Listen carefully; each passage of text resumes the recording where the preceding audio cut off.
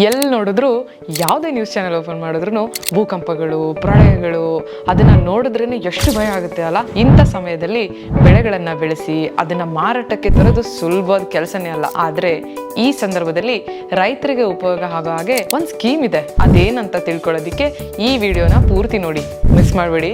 ಹೌದು ರೈತರೇ, ಈ ಯೋಜನೆ ನಮ್ಮ ರೈತರಿಗೆ ಸುರಕ್ಷತೆಯನ್ನು ನೀಡುತ್ತದೆ. ಹಾಗೆಯೇ ಅದನ್ನು ಪ್ರಧಾನಮಂತ್ರಿ ಫಸಲ್ ಭೀಮಾ ಯೋಜನೆ ಅಥವಾ PMFBY ಅಂತ ಕರೀತಾರೆ. ಎಲ್ರಿಗೂ ಗೊತ್ತಿರೋ ಹಾಗೆ ವ್ಯವಸಾಯ ನಮ್ಮ ಸುತ್ತಮುತ್ತಲಿನ ವಾತಾವರಣದ ಮೇಲೆ ಅವಲಂಬಿತವಾಗಿರುತ್ತದೆ ಅಲ್ವಾ. ಭೂಕಂಪ, ಪ್ರಳಯ ಇದೆಂತಹ ಸಂದರ್ಭದಲ್ಲೂ ಕೂಡ ರೈತರಿಗೆ ಹಣದ ಪರಿಸ್ಥಿತಿ ಹೇಗಿರುತ್ತೆ ಅನ್ನೋದು ನಮ್ಮೆಲ್ರಿಗೂ ಗೊತ್ತಿರೋ ವಿಚಾರನೇ.